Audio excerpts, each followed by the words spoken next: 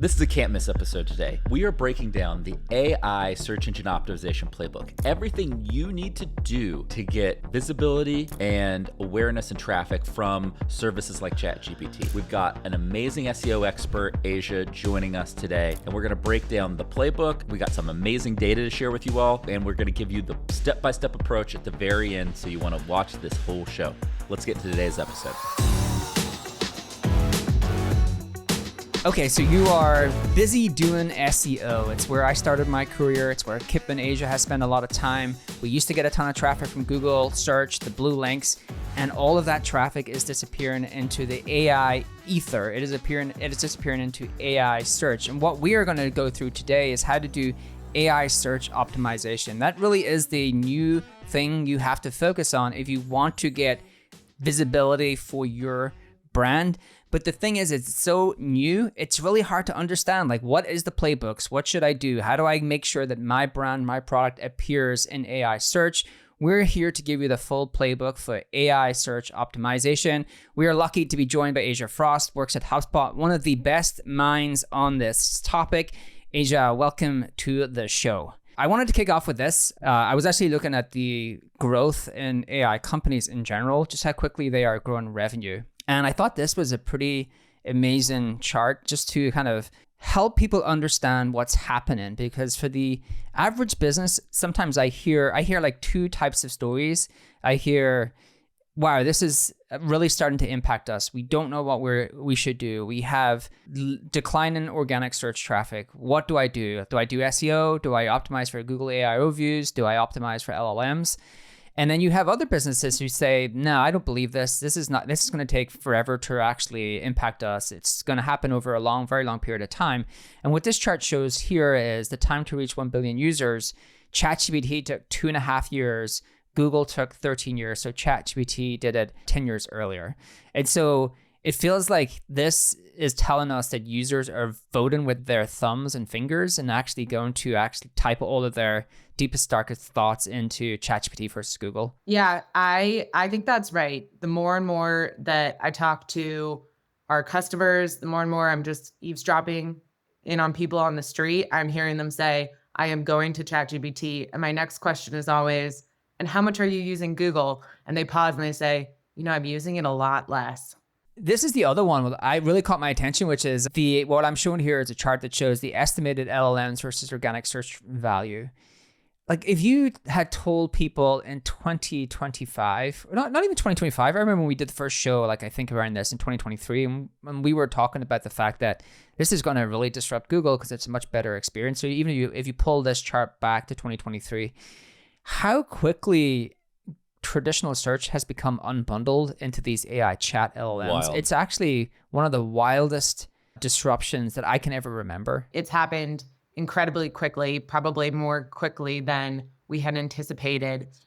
The other really interesting thing about this chart that you're showing is the total LLM value, which we can see is more than just the traffic that's being attributed to LLMs. In other words, someone coming from an LLM is worth more to us than someone coming from traditional search. And why do we think that is? It's because someone is completing their entire buyer's journey in AI search. They're going from, I have a problem, to this is the solution very quickly. And because people feel like these LLMs are giving them very objective, unbiased results, I think they're also trusting those answers a lot more than the answers than they would have found on, say, Google. I think that's right. And I think if you're watching the show today, and it means you're pretty in the know and you kind of have a sense of what's going on, but you're probably working with a lot of people who don't have this level of context and you're trying to get them on board. And the thing I would urge you to kind of, the most simple explanation is like Google and those 10 blue links, that was an answer engine. And if you were a company, you could create some articles that provide some answers and get some traffic for it. LLMs and AI overviews and all the ways AI is changing search, that's an action engine. People can go and take very specific action. They can buy, they can research, they can take the next step of the problem they're trying to solve in a much more actionable way.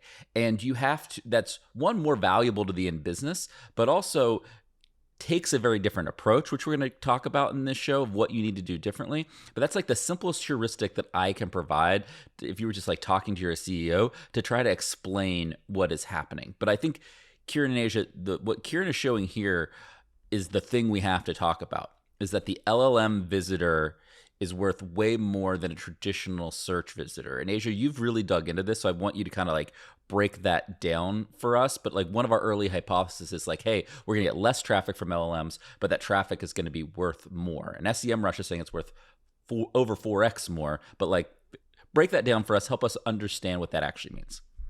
Sure. When you have traditionally captured someone from organic search, you're capturing them at all different parts of the buyer's journey. Maybe they are, to use a HubSpot example, just trying to learn what content marketing is. So they go to our blog, they read a content marketing guide 101, maybe they download a kit to help them start implementing content marketing techniques. And we hope that over, 2 to 3 weeks, maybe 2 to 3 months, maybe 2 to 3 years, as we continue to educate them about concepts related to our product, they eventually decide to talk to our sales team or become a free customer. So that entire journey takes a very long time. And along the way, we are giving them helpful resources to help them understand that HubSpot is the answer to their content marketing need. Now, someone is going to ChatGPT. They're saying, ChatGPT, tell me everything I need to know about content marketing. And ChatGPT is doing that in an incredibly personalized, helpful way. They are reaching the understanding that they need a content marketing solution a lot more quickly. And they are also learning about all the potential options for content marketing solutions much more quickly. By the time they decide that HubSpot is the content marketing solution for them and go to our website, all of that earlier nurturing has already happened, and they want to talk to sales really quickly. And we see this actually in our Gong calls. I have a habit of looking at our sales call transcripts every week, and I see over and over and over again, yeah, ChatGPT said you were the best, so I came to you. ChatGPT is my best friend. They said HubSpot is the CRM I need to use. And there was a pretty incredible stat recently, well, not incredible stat, but because I think we know this is happening, which is 80% of the B2B buyer journey has typically started with Google. And over time, that's going to become LLMs. They believe it's going to reach around 95% will start their journey with an LLM. But I think what you're talking to is it's not just they start their journey with an LLM. It's like they don't really end it. Like it's all self-contained within the LLM. And so there's just a harder... It gets much, much harder to actually reach that consumer because they do all of their research. They can do so much more in the LLM, and they trust the LLM. They believe it can give them the right answers. It's unbiased. The other, I think part of that is, and we're going to get into giving you some actual actionable things you can do. But I think this was the other one I think is related to that, which is like a challenge for brands, which is they're in the LLM, they're doing a bunch of that research. And what this is showing us is what the LLMs reference are not really vendor websites. They're all of these kind of third-party websites that aggregate together different vendors. And so like when they did this study, so shout out to Jason Tablin, he looked at a bunch of data and he said that the brand's actual website was only mentioned 9% of the time. So only 9% of the times for these queries was a brand website mentioned in the links. That's pretty incredible. Like when you look at what they're citing and the sources they're citing, it's not really like vendor websites. I'm not sure, have you seen that, Asia, in your analysis, or has that kind of been one thing that has stood out? Yeah, I think that this is really interesting data because I think what we don't know yet is whether LLMs prefer third-party websites because they consider them less biased than vendor websites, or if they prefer that content because that content is inherently more ingestible for an LLM. So when we transition to how do you optimize for AI search, a lot of the AI search emerging best practices are things that these third-party websites have already been doing. It's just how their content is set up and displayed. So I think that there's a real advantage if you are a vendor to start applying these AI search best practices and become a much more cited domain in your space. Hey, if you are enjoying our conversation with Asia, you're going to want to listen up. AI is completely rewriting the search game. ChatGPT, Gemini, Perplexity, that's where people are searching now. Those are becoming the modern search engines. But for most businesses, they're completely invisible on those sites. That's why we put together the AI Search Domination Kit. This kit's incredible. You're going to get a full checklist of how you get more visible in these large language models, how you actually create and track your content for these LLMs, and proven prompts for creating and auditing your content for AI SEO. This is going to completely change the game for how you show up in ChatGPT, Gemini, and Perplexity. You can get it right now. Either scan the QR code or click the link in the description below. Now let's get back to today's show. Before we get into the how, there's a couple things I want to talk about. Part of the topic that you're talking about, which is like who is showing up in LLMs, I think it's important for us to give everybody the context, is that Google has been on a decade-plus long journey and fight to do two things. One, deliver a personalized search experience. And things like ChatGPT with memory have kind of trumped that experience, and I think have been able to deliver a personalized search experience in the way that Google always wanted to. The second thing is that Google laid this roadmap where it was totally embroiled in all these lawsuits with publishers, like Google stealing our traffic, Google stealing our revenue. And I think it's safe to say that OpenAI has seen that and wants to avoid those problems, right? And they're going to likely make decisions, and I think are making decisions in terms of content partnerships and things to avoid those problems. And so as you're thinking about your strategy, I'd encourage us all to have those two factors involved, which is one, search has gotten way more personal, and two, if OpenAI has a partnership or has lower risk with a site or a service, that is probably going to have some likelihood it's going to be included in results versus something that they have a higher risk for. Is that right? Yeah, I think we've seen that in the data about which LLMs prefer which sources. If you map those preferences by the media and content sites that each LLM has partnered with, you can see clear relationships. Like, for example, both Google and OpenAI have partnerships with Reddit, and Reddit shows up very frequently for both. Reddit and Quora are the two biggest sites. Like, who would have thought Quora would be such a linchpin of... Well, I guess it is, because if you look at the data, what they're really relying on is user-generated content.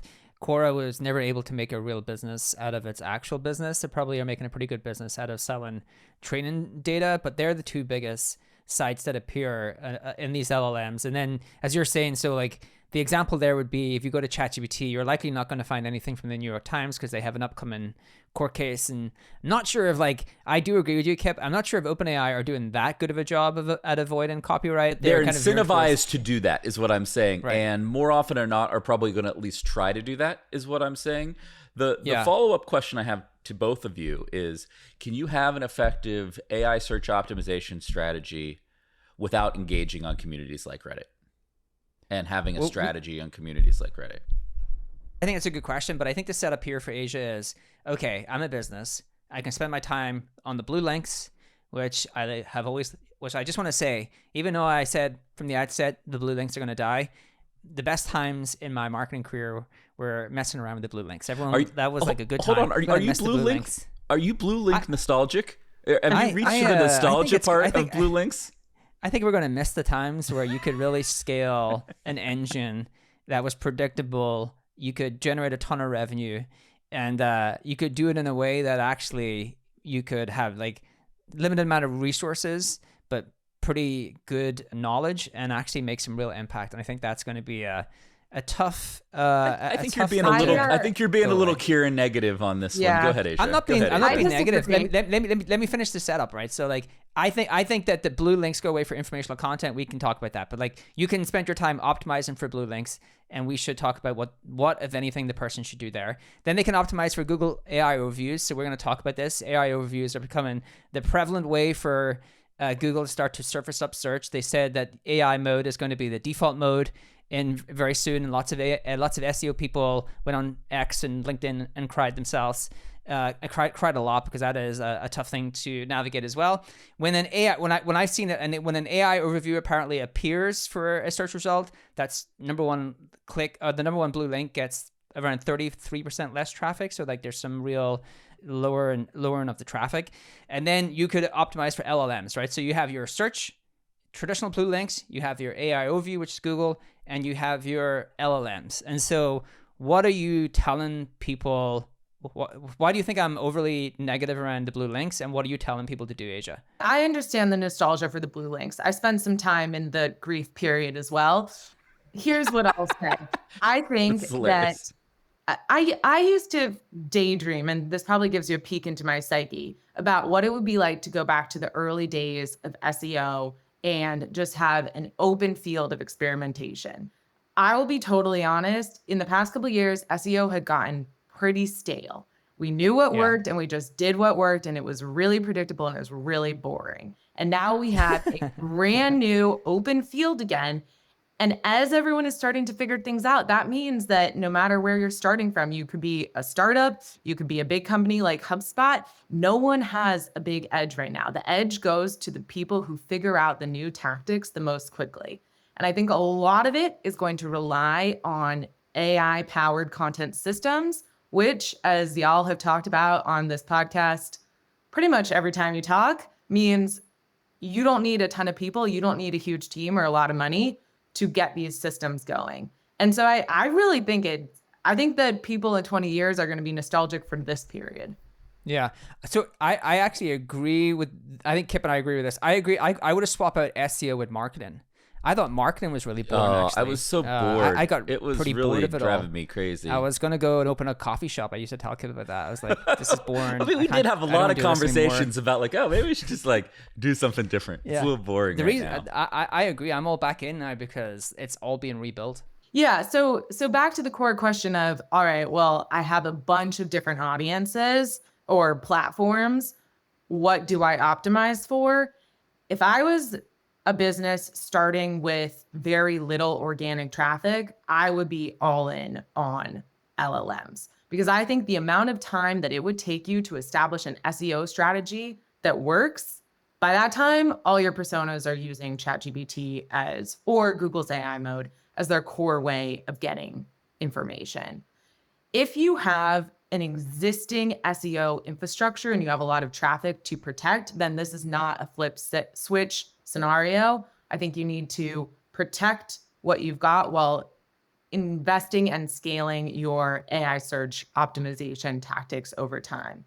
And the best AI search tactics will not be bad for Google. And I think that that's a little counterintuitive. But if you are doing AI search well, it will not hurt your Google rankings, and hopefully it will even help.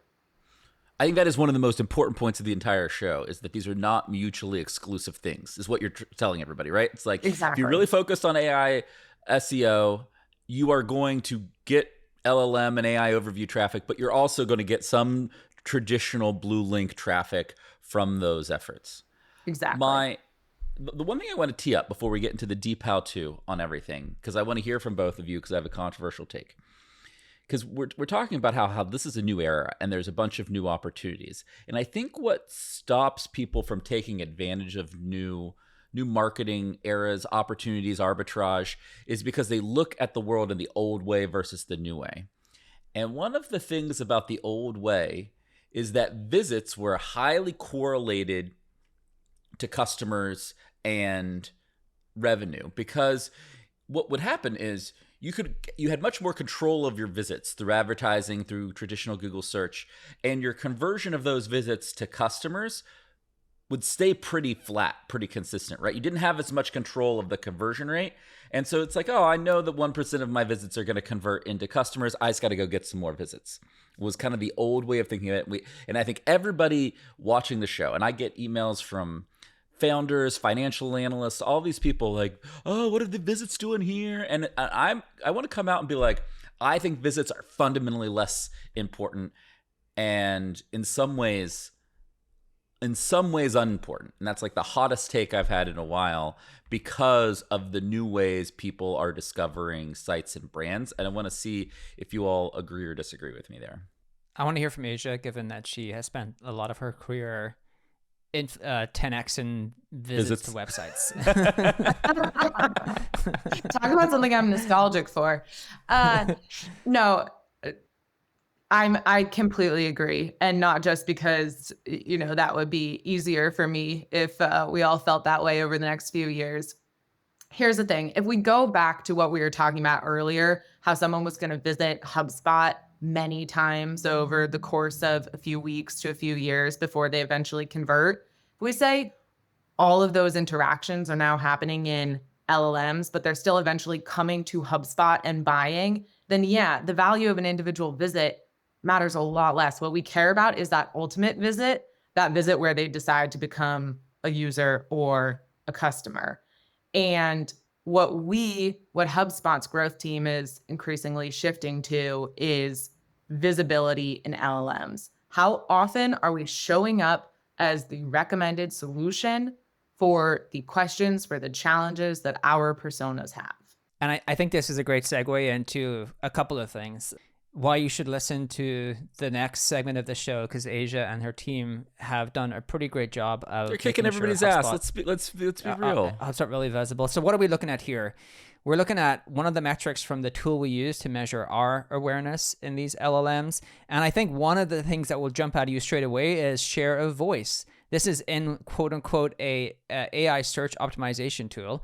And that is a brand metric. And I think that's one of the things to wrap your head around is that you have to kind of think much more like a traditional marketeer, brand marketeer. You're looking for impressions, you're looking for visibility, you're looking to make sure that your brand is more visible than other brands in these LLMs. Why don't I pass it back to you, Asia? You can kind of jump into the tool and maybe talk a little bit about how we use it. So this is XFunnel. There are a bunch of tools out there that will show you LLM visibility and which websites are being cited in LLMs. We chose XFunnel because the founder and his team, they're really experimentation centric.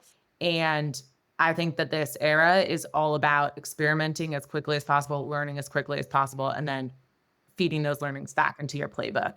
Asia, on the tool selection, because you and I have had a little bit of conversation on this because we're going to get questions about it. There's a bunch of people doing it. XFunnel, Hull, there's literally 10 companies doing this. Yeah, the differentiation I have been told from you is that it's pretty low, and you should pick the one that you just kind of like the best and you think is going to evolve at a fast rate, which is one of the reasons you picked XFunnel. But they're all using kind of the same approach and kind of the same data, so it's not like that there's one that is far and away better than everything else at this moment. There's no moat in this space at this moment. I think if someone can figure out how to really simulate all the context that an LLM has about a person or a user when they're talking, that would be a real competitive advantage. If someone can nail the volume piece, thinking about, what we were saying around it's getting a lot harder to measure. We have a lot less direct visibility between what made someone convert.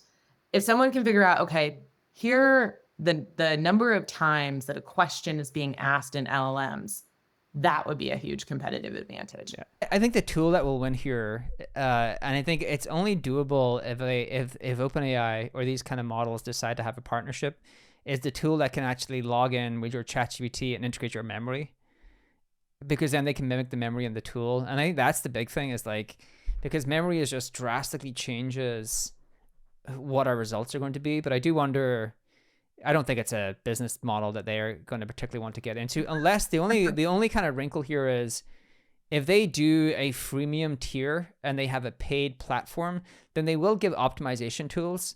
And I don't know if when they give those optimization tools to businesses, will there be something there that would help you better track visibility across that freemium tier?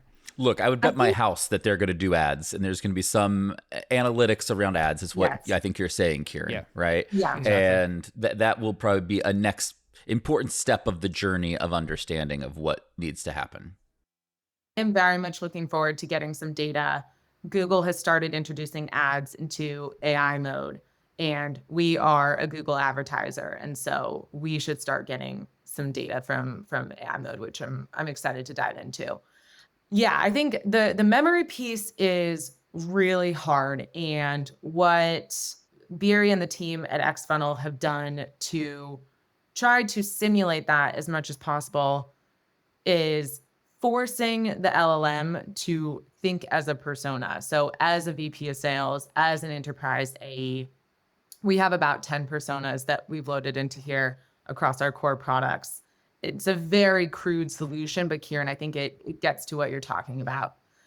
So over here, you can see our visibility across all the LLMs that XFunnel tracks.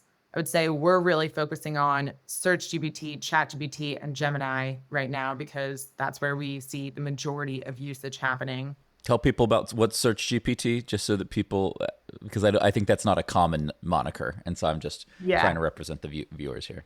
Sure. SearchGPT is the searching system that ChatGPT uses. So you can have regular ChatGPT responses where the web is not actively being searched, and then you can layer in search.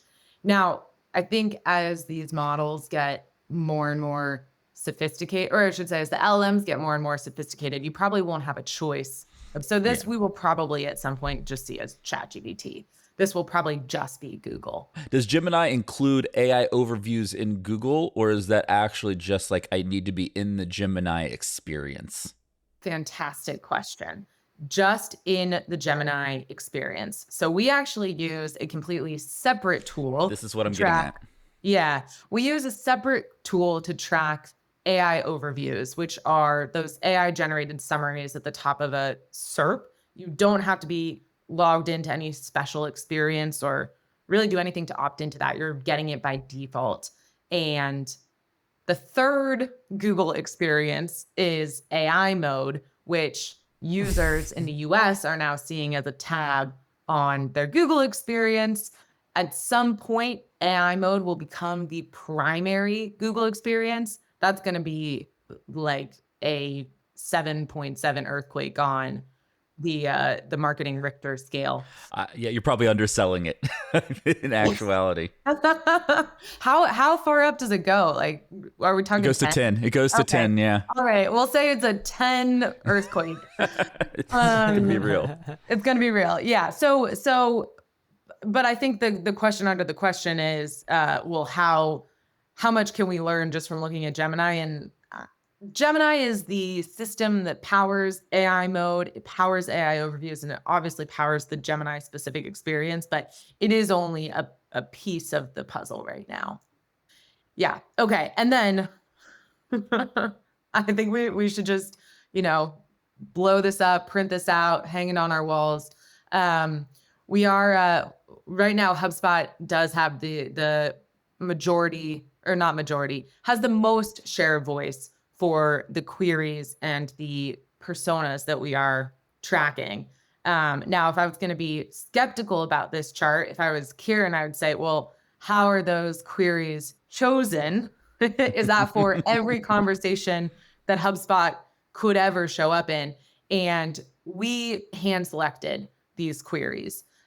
We said, okay, these are all the queries that we think our personas are asking, which is obviously pretty different from how SEO works, where you can literally go into Ahrefs or Search Console and see the actual queries that people have asked and how much volume is behind them. So super imperfect, but I think that this tells us that we are definitely on the right track for the topics that we care about. We should just quickly touch on this because this is like a version of a aided/unaided awareness study where you have to kind of guess the survey questions. Like, it's just so much different from what we were able to do in search, where you could see the keywords and just figure out what are the ones you should actually go and look at to see if you appear. And the other thing is, and I think you're gonna give some guidance in this in the AI when you get into like how you actually manage to do this. How did you manage to get HubSpot to be so visible? The actionable takeaways is people how they ask questions in AI is going to be so much different than search. Like, search taught us to ask in key phrases. Now AI is just how you conversate. That is hugely different in trying to like predict how people talk to another person, and that's how they treat AI? I think it's different not only in how they talk to the LLM, but in terms of the type of content that we need to create. And maybe this is a good segue into those tactics. Yeah, I would just say as we transition, it's just before traditional Google, you would search something, wouldn't be quite right, and you would keep refining your search, right? And so one search would end up becoming 20 searches, right? Where now, like, you have one search in ChatGPT, it asks you some clarifying questions, and it gives you like a curated, actionable response. And that's just a holistically different experience. And I think what we're trying to tell people is that experience is different. How you measure that experience is insanely different. And you need to start aligning your company to think about measuring this differently. And I like what you were just showing there with like the share of voice stuff, Asia. Is it perfect? No, but I look at it as like, it's you're defining where we're playing. Here are like the types of conversations we want to play, and are we winning where we're playing or not? It's not like it used to be in SEO. It's like, oh, we're going to play everywhere and we're going to win. It's like, no, we have to really focus a little bit more, and are we winning where we're focusing? And I think that's like a big evolution in how this work is happening. Yeah, absolutely. All right, let's tell people what they should do. Okay. So I think the first big thing, it used to be that the quality of your content was why you won. Now, I think it's about the specificity of your content. And that doesn't mean that quality doesn't matter. But if you think about how much more context someone is able to give in AI search, they're able to tell ChatGPT all these things about them, their business, their needs.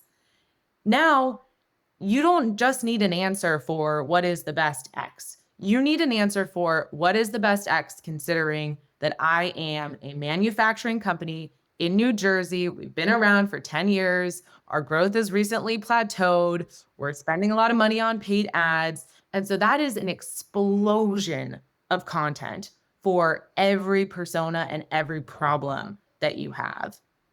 And it means then, rather than thinking about, okay, how do I create these 1 to 3 really good pages on these head terms, you need to think about, how do I create these 100 to 300 great pages on all of these super long tail terms?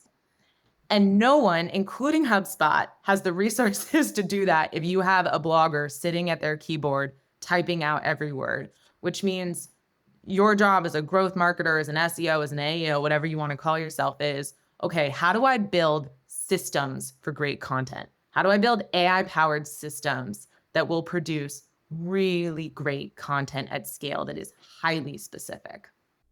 I think that last minute was probably the simplest articulation anybody can get around what is changing and what you need to do differently. And what you're really also telling people is like, you're going to need AI to solve the AI search problem. You cannot solve the AI search problem with manual old school work. Yes, exactly. So I'm a traditional search person. I hear you say that, and I think two things. How do you make sure that content is unique, and does it matter, right? Like, does it matter? Like, if you just change one data point for each industry and then have thousands of pages where every page had like a singular data point. So how different do the pages have to be? And one of the things you said, I think, was really good for folks earlier on. The things you have to do for AI search will not be a drag on your traditional search. Now, I could say that is going to be a drag, because we always hear that Google doesn't like, paper thin content or lots of duplication of the pages. So maybe talk through how you think about that. I think if we were in a world where we didn't have to care about Google at all, then you could experiment with changing one data point on thousands of pages and see what happens. There are a lot of indications that LLMs care way less about what we've historically thought of as thin content or doorway pages, basically this scaled content idea. We know Google cares about it, and we know that Google still matters. So I would not just publish a bunch of pages with one thing different. What we are doing, we're publishing very unique pages with a lot of original data. And I think that original data is the key to making this work. Now, that original data doesn't need to be this huge study of something relevant to your persona across the United States. Doesn't need to be big or expensive. You can use it. You can use the data that you have on your own customers, which is probably where you should be grounding all of these content efforts to start. So if you know that using your product or service, that manufacturing company in New Jersey is likely to have 3x higher close rates because you have seen manufacturing companies get that type of return, that's exactly the type of data point you want to bring into this content. And so start with your original data on your customers and use that to populate these pages. Another important point, I think one of the important things for people to take away here is you're also talking about content that is really mapped to the buyer journey, like mapped to you're in buy-in mode. This is not informational content. This is not like, how do I teach you something and do thousands of pages? You're specifically talking about, hey, you're already in that buy-in process, and we're going to create lots of different variations of our pages that would help you understand if we're the right solution for you. Maybe talk a little bit about that we, like, do you buy the fact there's little to no point anymore invested in the informational educational content, and instead you spend all your time on content that is much more mapped to someone who's in buy-in mode? I think there's a way to do the informational content, but I think everyone, including HubSpot, should start with the bottom of the funnel content. So historically, you've had... Which is the opposite of 10 years ago. Exactly. You've always had the most top of funnel content because that answers the broadest number of questions. And that's, again, where everyone has been starting their journey. And then you would have the least bottom of funnel content. And now I think it's flipped. I think you want the most bottom of funnel content. And yeah, Kieran, I think it's a great call out because we went to data, and it's probably hard to conceptualize where that data would even come in before you understand the type of content that we are talking about.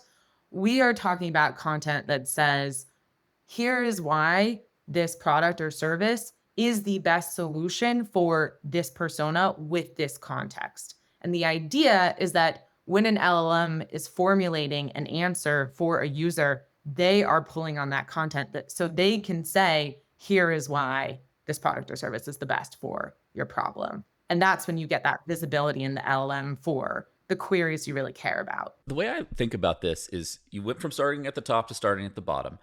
The leverage in AI search is around the breadth and ultra long tail of product related information and queries. And if you don't have a lot of public product information, pricing information, buying action data and information, you're not going to be successful. And so you're going to need to change your business there. At the top of the funnel, we've gone from teaching people how to do things to needing to give them tools to do the things themselves. And Kieran, you and I have talked about, we're going to do a whole tools episode. We're going to build a couple mocks of, if you were like the average B2B business, what are some tools that you would try to build and use to capture people maybe a little further up the buyer's journey? I do want to talk a little bit about this as a segue into, we should talk about citations, because that really is your on-page strategy. One quick clarifying question we should get into there is like any optimization in the structure of those pages we should quickly talk about.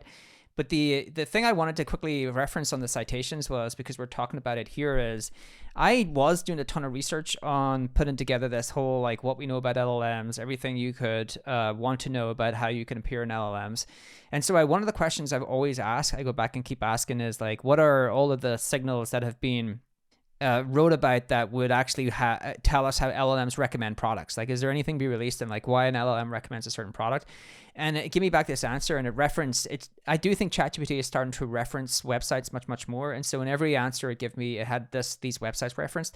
There was one website it referenced several times. It kind of really stood out to me. It's like, wow, this website has got itself in the answers a lot for this informational query. And I went to it, and it was like a pretty newish website. It's actually an agency who does AI search optimization, so kudos to them. It's called Growth Marshall. I don't know anything about them, but the reason it really stood out to me is like because of this chart. It is a brand newish site, and this chart is and it didn't appear in Google searches for those same queries. And what this is telling us here, the chart we're looking at, is the ranking positions of LLM-cited search results. I think this is pretty interesting in that these AI search assistants are referencing sites that are not in Google's top Ranking 20 well. results. Can you explain this chart? I don't think this chart is obvious to everybody. Explain what this means, because this is a really interesting chart. Yeah, it's basically saying ChatGPT search primarily cites lower ranking search results. And then what this on is traditional showing is, Google search, right? yeah, the ranking position in Google of the sites that it's pulling into its resources. And you can see here the majority are outside of the top 20. And I think that's fascinating because we have So been fascinating. taught to, like, Google works on PageRank, trusted sites. So what is ChatGPT doing differently where it is referencing sites that are completely different than Google, how Google think about trust? Like, obviously ChatGPT think about trust in a very different way. I don't know if you have insights on that, Asia. I think it's all about specificity. I think that these websites that are being cited are targeting much more specific queries that have historically made no sense to target. And that's why they're getting Interesting. pulled in. Yeah. I ChatGPT think does not care about site authority. I think what's interesting is this minute towards the end of the show is the glimmer of sunshine, the glimmer of hope in this whole episode. It used to be, if you were starting a business or you wanted to really change the trajectory of your business, somebody would come to you, Asia, and you'd be like, well, okay, well, all right. You got to set up a website. You got to create all this content. You got to hire these people to create content. It's going to take you 6 to 8 months to build your authority. And I think in a year, we can get you to this level of traffic. Is that roughly right?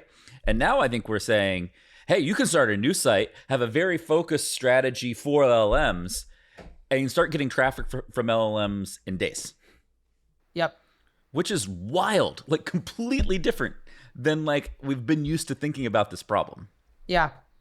Are you still pessimistic, Kieran, or has this raised your spirit? I do want to make sure. No, like I would rather, again, I want to be really honest. I would not be doing this role if AI hadn't happened. I was going to do something differently. I just had got pretty tired with the same old thing. Kipp, you're very similar. I need new stuff to go after and figure out, or there's no point in me doing it, right? And so I couldn't be happier with what's happening, but like my nostalgia for search was more, I was doing search when it was being figured out.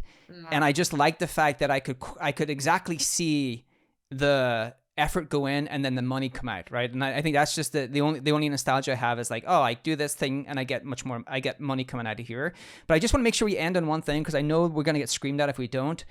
I do want you to tell people how they should think about citations because you've told them, I think, a really great takeaway on page, but we do want to, what is your off page strategy? Like, how do you think about what brands should do to actually, if we believe it's not all on your website, what are the things you should do to get mentioned offsite and how should they do that?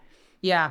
I think you want to be repeated as often as possible in your core brand terms. So we have several at HubSpot, but let's take CRM as an example, because that's always been a really important association for us. We want to get as many mentions, as many positive mentions as possible across the websites that our LLMs are pulling in as HubSpot, as a CRM. And in the old world, for that to be valuable, it needed to be a backlink. It needed to be sending people directly to our website.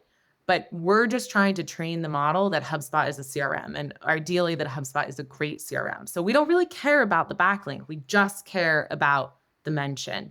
And if I were starting from scratch, I would use a tool like Xfunnel. I would figure out the websites that are being cited in LLM responses, and I would reach out to those websites and see if I could improve the number of mentions I had for my product, for my key terms. And we'll end on this. Mentions, it doesn't matter if it links, right? It's just like co-citations, words, and you want to make sure those co-citations include the thing you want to be ranked for. And so one last question. You mentioned that, lots more pages in Google's index for very specific queries. Mm-hmm. Do you have to have that level of specificity in the co-citations? Like, do I have to have HubSpot CRM for manufacturing company in Ohio? In an ideal world, you would, but I don't think that that's possible for anyone to do. So I think you stick with the head terms. You stick with the big ones. I'll give you a Kieran, dark days of SEO used to be in Black Hat forums.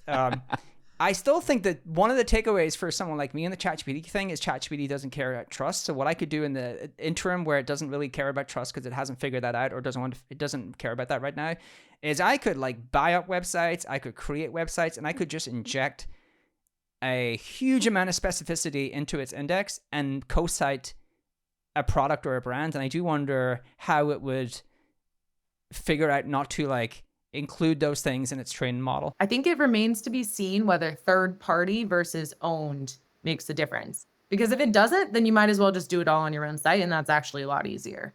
You would buy a bunch of third-party sites and then just inject all of your co-citations into them. My sense is it would probably work for a little bit, and then it would not. Yeah, I think it would work for a little bit. My bold prediction is that most companies will have account-specific pages on their site, meaning like, hey, I'm trying to market or sell to this account, this company, and I'm going to have a lot of content that is specific to that company. I think there's some tests, Asia, that we're going to run around with this, and so we can come back with that. And the last question, give everybody the recap that if they're like, hey, I'm bought in, I want to win this new AI search game, what are the couple of things they should go start doing now to be successful? Okay, if you don't already know your personas, you need to figure that out immediately. Then you need to set up AI-powered systems to create highly specific content for those personas at scale. You need to populate that content with as much unique firsthand data as you have.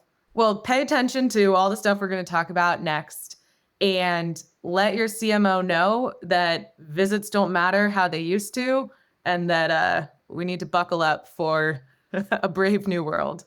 Yeah, well, you have to change how you're measuring the performance, right? And get a team and company aligned on that, and that's a big thing.